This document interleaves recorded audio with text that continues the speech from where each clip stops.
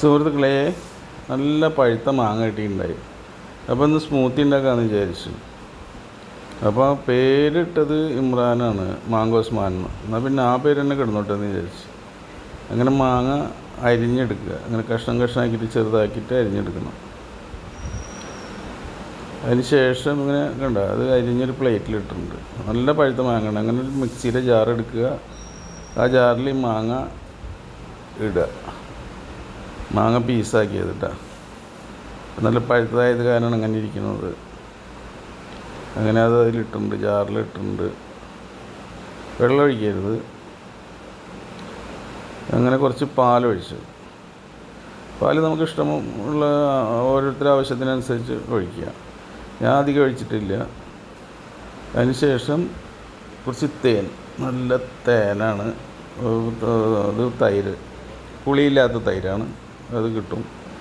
അപ്പോൾ അത് കുറച്ചിട്ട് കൊടുക്കുക. കുറച്ചിട്ടാൽ മതി, നമ്മുടെ ആവശ്യത്തിനനുസരിച്ച്. അപ്പോൾ അത് കാരണം ഞാൻ പഞ്ചസാര ഇട്ടില്ല. അതിന് ശേഷം തേൻ ഒഴിക്കണം. ഞാൻ തേനും കുറച്ച് ഒഴിച്ചിട്ടുള്ള, വലിയ മധുരം വേണ്ടാതെ വിചാരിച്ചാൽ. കാരണം നല്ല പഴുത്ത മാങ്ങ ആയതുകൊണ്ട് നല്ലോണം മധുരം ഉണ്ടായിരിക്കും. അപ്പോൾ അതിൽ തേൻ കുറച്ചൊഴിച്ച്, പിന്നെ ഇതിൻ്റെ ഈ മണം പോകാൻ വേണ്ടിയിട്ട് തൈരിന് ഒരു ചെറിയൊരു മണം ഉണ്ടായിരിക്കും. അപ്പോൾ അത് കാരണം ഇതൊഴിച്ചു.